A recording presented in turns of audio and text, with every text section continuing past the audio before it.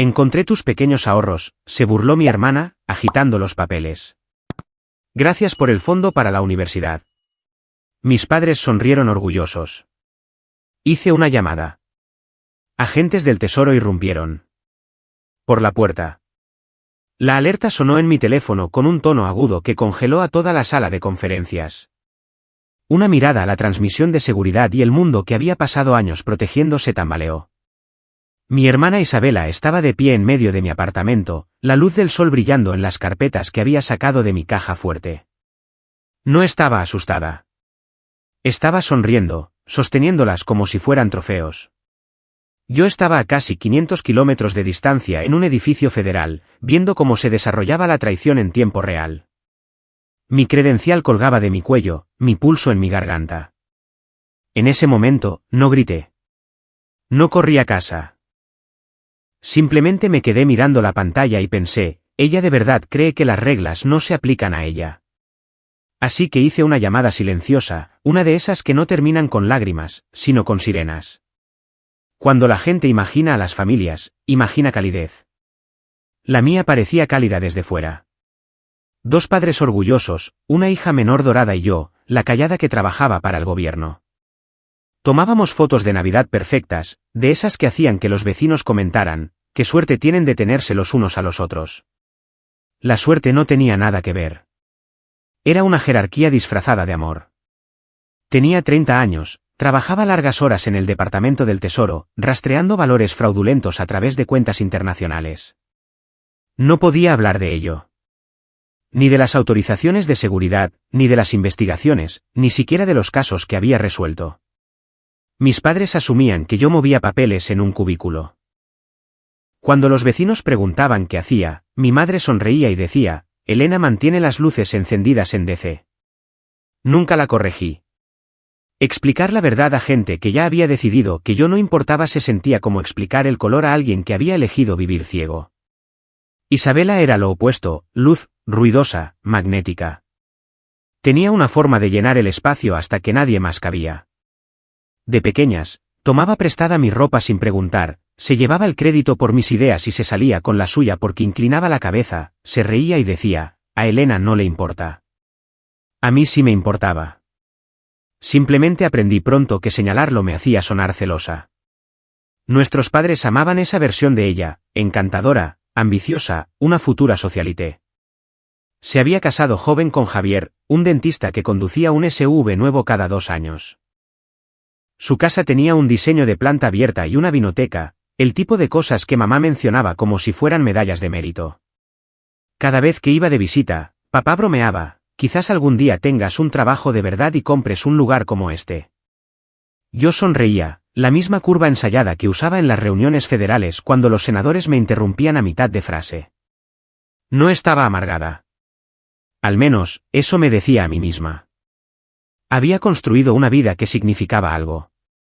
Cada carpeta que tocaba en el trabajo contenía el peso de la confianza nacional.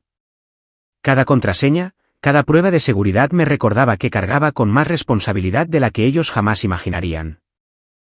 Aún así, había noches en las que me sentaba en mi silencioso apartamento, viendo sus fotos de grupo, con pies de foto llenos de corazones, y sentía el mismo dolor sordo que comenzó hace años, ese que viene de estar en la foto pero nunca ser vista realmente. 2 semanas antes de que sucediera, Isabela llamó de la nada. Deberías venir a casa a cenar el próximo jueves, dijo. Vamos a hacer algo grande, solo para la familia. Su tono tenía esa dulzura almibarada que usaba cuando quería algo. Dije que sí de todos modos. Quizás una parte de mí todavía quería creer que podíamos ser normales. Quizás solo quería dejar de sentirme como una invitada en mi propia familia. La noche de esa cena, conduje hasta la casa de mis padres con el mismo temor silencioso que siempre acompañaba las reuniones familiares. El camino de entrada estaba lleno. El sedán de mamá, la camioneta de papá, el Range Rover blanco de Isabela brillando bajo la luz del porche. A través de la ventana delantera, ya podía verla moverse por el comedor, riendo, radiante como la anfitriona de su propio programa. Dentro, el aire olía a romero y vino. Mamá me abrazó demasiado fuerte, como hacía cuando estaba nerviosa. «¿Llegaste, cariño?», dijo, mirando mi chaqueta. Veo que sigues vistiéndote como una abogada. Sonreí, dejé la botella de vino que había traído y tomé mi asiento en el extremo de la mesa. La cena comenzó bien, bromas, chismes, noticias sobre los hijos de Isabela. Luego, a mitad de la comida, ella se aclaró la garganta. De hecho, tengo una noticia, dijo, mirando de reojo a Javier. Hemos hecho una gran inversión. Fondos para la universidad de los niños, quizás incluso una casa en el lago más adelante. Papá sonrió radiante. Esa es mi chica, siempre pensando en el futuro. Levanté una ceja. ¿Inversión? ¿De qué tipo? Isabela sonrió, esa sonrisa ensayada que nunca llegaba a sus ojos. Ya verás. Metió la mano junto a su silla, y cuando volvió a subirla, sostenía una gruesa pila de carpetas. Mis carpetas. Se puso de pie, sosteniéndolas lo suficientemente alto para que todos las vieran. Encontré tus pequeños ahorros, hermanita. Por un segundo, pensé que había oído mal. Luego reconocí las etiquetas, los números de serie, los sellos del tesoro, los archivos exactos que habían estado en mi caja fuerte cerrada. Papá frunció el ceño. ¿Ahorros? ¿Qué se supone que significa eso? Al parecer, dijo Isabela, riendo, Elena ha estado guardando un pequeño nido. Viejos certificados de bonos, o lo que sean. No te preocupes, nada ilegal, solo inactivos. Los agitó en el aire como confeti. Mamá se inclinó hacia adelante, con los ojos muy abiertos de orgullo. Elena, qué detalle. Guardaste todo esto para tus sobrinos. Gracias por el fondo universitario, dijo Isabela, con una sonrisa burlona. Los padres sonreían orgullosos. No podía moverme. La habitación se sentía demasiado pequeña, la luz del candelabro demasiado brillante. Mi familia estaba sonriendo por una propiedad federal robada, y ninguno de ellos se daba cuenta. Logré decir, ¿de dónde sacaste eso? Isabela se encogió de hombros. De tu despacho. Por cierto, deberías cambiar la cerradura. Es prácticamente un juego de niños. Javier se rió nerviosamente. Tiene razón. Si yo encontrara $500,000 por ahí, probablemente haría lo mismo. Mamá le dio una palmadita juguetona en el brazo. No bromees. A Elena no le importará. Miré de rostro en rostro. Nadie me devolvió la mirada. En ese momento, no se trataba solo de las carpetas. Eran los años de ser ignorada, reducida, incomprendida. La lenta erosión de ser la persona fiable en una familia que solo notaba el ruido. Isabela guardó las carpetas en su bolso de diseñador. Nos aseguraremos de que el dinero trabaje para la familia, dijo. Puedes agradecérmelo más tarde. Aparté mi silla, el sonido agudo en el silencio. Disfruten la cena, dije en voz baja. Tengo algo de qué ocuparme. Nadie me detuvo mientras salía. El aire nocturno de fuera era lo suficientemente cortante como para doler. Me quedé en el porche un minuto entero, escuchando las risas que todavía se filtraban a través de las paredes como si pertenecieran a otro mundo. Mis manos estaban firmes cuando saqué mi teléfono.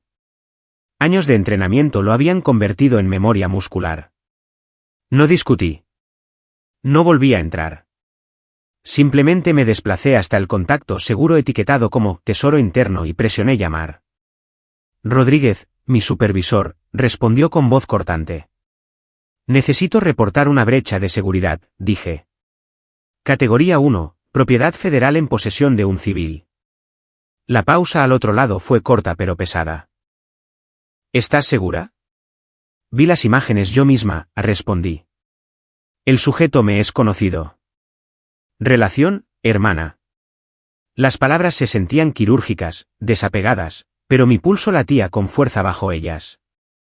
Él exhaló. Sigue el protocolo. Informaré a la OIG y a delitos financieros. Quédate donde estás hasta que se te indique. Entendido.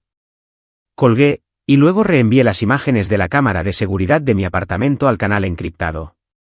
El rostro de Isabela llenaba la pantalla, sonriendo, forzando la cerradura, levantando las carpetas.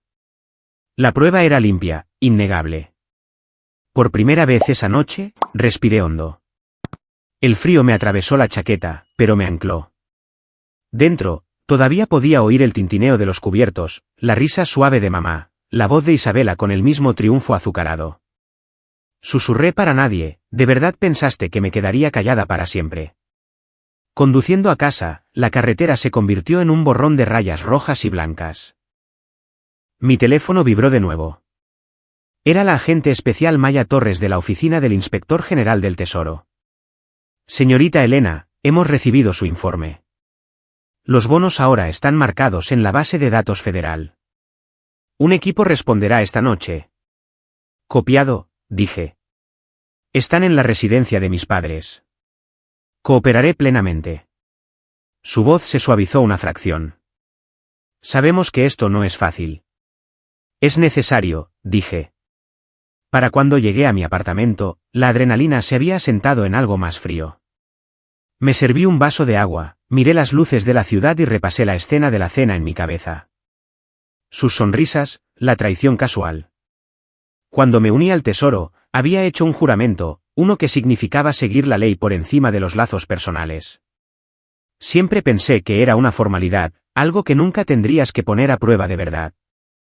Hasta ahora. Miré el reloj. 9:07 de la noche. El equipo de respuesta estaría en movimiento pronto. En el silencio, imaginé la escena inevitable, el golpe en la puerta, la confusión, la revelación. Durante años, mi familia había confundido mi silencio con debilidad.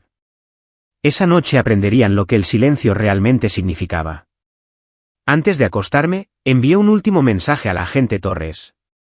Estaré en la residencia por la mañana para dar mi declaración. Confirme cuando la zona esté asegurada. Su respuesta llegó segundos después. Entendido. Equipo en ruta. Dejé el teléfono boca abajo, exhalé y dejé que el peso de la elección se asentara. No era venganza. Era responsabilidad. Y para la mañana, la ley ya estaría llamando a su puerta. A la mañana siguiente, la noticia se supo antes del amanecer. Mi teléfono vibraba sin parar. Alertas internas del Tesoro, confirmaciones de bases de datos, aprobaciones de procedimientos. El sistema había hecho aquello para lo que fue diseñado. Los bonos fueron marcados oficialmente como propiedad federal robada. Sus números de serie ya habían activado alertas automáticas en todas las redes financieras del país. Pero no revisé los informes. No lo necesitaba. Sabía exactamente a dónde iban los agentes y exactamente lo que encontrarían. A las 7 de la tarde de esa noche, estaba de vuelta, entrando en el camino de la casa de mis padres. El mismo Range Rover estaba aparcado bajo la luz del porche, las mismas risas se filtraban por la ventana del comedor.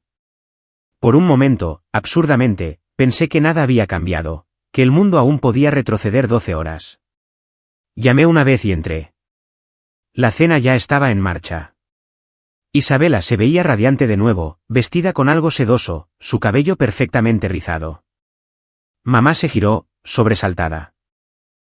Elena, no pensábamos que volverías. Tenía asuntos pendientes, dije en voz baja, tomando el asiento frente a Isabela. Su sonrisa burlona vaciló, pero no desapareció. ¿Ya te calmaste? Mira, si es por los bonos, no te asustes. Hablé con un asesor. Dijo que son básicamente certificados antiguos que valen quizás unos $10.000. Los cobraremos la próxima semana. Reinvertiremos. ¿Basta? Mi voz cortó el ruido de la mesa como un cristal al romperse. No vas a cobrar nada. Papá frunció el ceño. Elena, cariño, no hay necesidad de usar ese tono. Hay toda la necesidad, dije. Esos no son certificados antiguos. Son bonos al portador emitidos por el Tesoro de los Estados Unidos. Valores federales registrados y rastreados. Javier parpadeó. Espera. Federales. Por valor de $500,000, dije. Robados de una caja fuerte clasificada. El aire se quedó quieto. Incluso el reloj de la cocina pareció contener la respiración. Isabela se rió, demasiado fuerte. ¿Estás bromeando? No lo estoy. ¿Y entonces qué? ¿Crees que le robé al gobierno? A mi propia hermana. No lo creo, dije. Lo sé. Las imágenes ya están en custodia federal. La mano de mamá tembló sobre su copa de vino. Elena, cariño, seguro que hay una manera de manejar esto en privado. Ella no entendió mal. Ella irrumpió en una residencia segura, eludió una cerradura electrónica, abrió una caja fuerte y tomó instrumentos protegidos. Eso no es un malentendido. La voz de Isabela se alzó, desesperada. Estaban ahí sin más. Tú no los usabas. Nunca le dices a nadie lo que haces. ¿Cómo se suponía que iba a saberlo? Eso es lo que significa tener autorización de seguridad, Isabela, dije. Se supone que no debes saberlo. El sonido que siguió no fue un trueno, pero se sintió como si lo fuera. Un fuerte golpe sacudió la puerta principal. 3 golpes, luego la voz de una mujer. Oficina del Inspector General del Tesoro. Abran la puerta. Todas las cabezas se giraron hacia mí. Me quedé sentada. Eso será para ti. Isabela se quedó helada. No lo hiciste. No dije nada. Papá se levantó de la mesa.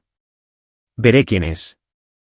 Antes de que llegara a la puerta, ésta se abrió para revelar a un grupo de agentes con chaquetas negras. Tesoro OIG impreso en amarillo. Al frente estaba la agente especial Maya Torres, credenciales en mano, con un tono cortante y tranquilo. Buenas noches. Tenemos una orden federal para Isabela Whitman. Mamá jadeó. ¿Qué? Esto es absurdo. Los ojos de la agente Torres no vacilaron. Señorita Whitman, está bajo arresto por robo de propiedad del gobierno, elusión de medidas de seguridad federales e intento de fraude de valores. El tenedor de Javier cayó con estrépito sobre su plato. ¡Oh, Dios mío! Isabela se levantó tan rápido que su silla cayó hacia atrás. No pueden hablar en serio. Es mi hermana. Lo que lo hace peor, dije en voz baja. 2 agentes se adelantaron. Isabela intentó retroceder, pero Torres habló de nuevo, con voz firme como el hierro. Manos donde podamos verlas. Mamá, haz algo, gritó Isabela. Mamá solo la miraba, pálida y temblando.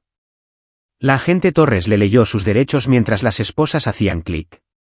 El chasquido metálico sonó más fuerte que cualquier discusión que hubiera tenido en esa casa. Elena, dijo papá, con la voz quebrada. Es tu hermana. También es una delincuente federal, dije. Y yo soy una empleada jurada del Tesoro. Si no la hubiera denunciado, me habrían acusado de cómplice. Torres recogió el bolso que Isabela había dejado caer. Dentro estaban las carpetas, todavía selladas. Abrió una, comprobó los números de serie y asintió. Los 3 recuperados. Buen trabajo al informar, señorita Elena. La miré a los ojos. Solo hago mi trabajo. La llevaron hacia la puerta. Ella se giró, con el rímel corrido, la voz rota. Elena, por favor, no dejes que me lleven. Diles que fue un error. Me puse de pie. Dejó de ser un error cuando entraste por mi puerta. La puerta mosquitera se cerró de golpe tras ellos. Afuera, luces rojas y azules danzaban sobre el jardín cubierto de nieve. Durante mucho tiempo, nadie habló. El único sonido era el sollozo silencioso de mamá. Papá finalmente susurró, ¿cómo pudiste? Lo miré fijamente. ¿Cómo pudiste tú nunca creerme? Él se estremeció. El tío José carraspeó, con voz baja pero segura. Hizo lo correcto. Javier se hundió en su silla, mirando su vino intacto. Correcto o no, nuestras vidas están acabadas. No, dije. Solo finalmente honestas. Torres reapareció en la puerta.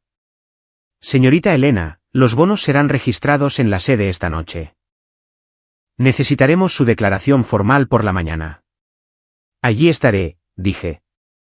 Ella asintió una vez, y luego desapareció en la noche. Me volví hacia mis padres. Parecían más pequeños, de alguna manera, como si la verdad les hubiera quitado años de encima. Querían creer que ella no podía hacer nada malo, dije. Ahora pueden ver lo que eso cuesta. Nadie respondió. Cuando las sirenas se desvanecieron, salí. El aire era frío y crudo. Desde el camino de entrada, todavía podía ver el reflejo de las luces intermitentes desapareciendo por la carretera. No me sentí triunfante. No sentí pena. Simplemente me sentí libre. Porque, por primera vez, el silencio en esa casa ya no era mío para cargarlo. El juicio llegó más rápido de lo que nadie esperaba. En pocas semanas, las imágenes de mi apartamento fueron presentadas como evidencia. Alta definición, con fecha y hora, ineludibles. El rostro de Isabela llenaba cada fotograma, forzando la cerradura, abriendo la caja fuerte, levantando las carpetas con esa misma sonrisa triunfante. Su abogado defensor lo intentó todo. Alegó que ella pensaba que los documentos eran bienes familiares, que no entendía su valor. Pero los números de serie y los registros internos destrozaron ese argumento. En el tribunal, me senté detrás de la mesa de la fiscalía, con las manos cruzadas, la espalda recta. No estaba allí por venganza. Estaba allí para terminar lo que el deber había comenzado. Cuando llegó el veredicto culpable de todos los cargos, Isabela sollozó tan fuerte que apenas podía respirar. La voz del juez se mantuvo tranquila mientras leía la sentencia: 12 años en una prisión federal, $500,000 en restitución, $150,000 en multas. Mamá lloraba en silencio en la galería. Papá miraba al suelo, con los labios apretados y blancos. Javier no apareció los últimos días del juicio. Ya había solicitado el divorcio. Cuando los guardias se llevaron a Isabela, ella me miró por encima del hombro una última vez. No aparté la mirada. Ya había dicho todo lo que necesitaba al elegir decir la verdad. Después de la sentencia, salía la pálida luz del sol de invierno. Los escalones del juzgado parecían interminables, pero cada uno aligeraba el peso que había llevado durante años. Pensé en todas las veces que había sido invisible en esa mesa familiar, ignorada, desautorizada, olvidada, y me di cuenta de que hacer lo correcto no me había hecho más pequeña. Finalmente, me había hecho visible. 3 años después, fui ascendida a analista supervisora principal en el Tesoro. Dirigía un equipo de 12 investigadores, trabajaba con agentes de 6 países y recibí una condecoración por recuperar casi $300 millones en valores robados. En la ceremonia, el secretario me estrechó la mano y dijo: una integridad como la tuya es lo que mantiene unido a este departamento. Mis padres no asistieron. No esperaba que lo hicieran. Isabela todavía escribe desde la prisión. A veces son cartas llenas de disculpas que se deslizan hacia peticiones, recomendaciones para la libertad condicional, dinero para la restitución. Las guardo en un cajón, sin abrir. Algunas lecciones deben aprenderse por las malas. La gente piensa que la justicia se siente ruidosa y satisfactoria, como el final de una película con aplausos. No es así. Se siente silenciosa. Se siente como volver a respirar. 3 años después, mi apartamento se siente diferente. Más limpio, más tranquilo, sin perturbaciones. El nuevo sistema de seguridad zumba suavemente, el que el Tesoro pagó para instalar después del caso. A veces me paro junto a la ventana por la noche, mirando las luces de la ciudad, pensando en cómo el silencio solía doler. Ahora es paz. Mis padres todavía tienen una llave de repuesto. Nunca la han usado. Quizás esa es su versión de la distancia o el arrepentimiento. De cualquier manera, he dejado de esperar que lo entiendan. La gente todavía me pregunta si alguna vez desearía haber manejado las cosas de otra manera. Les digo, no. Puedes perdonar a alguien sin excusarlo. Puedes amar a tu familia y aún así trazar una línea que nunca podrán cruzar.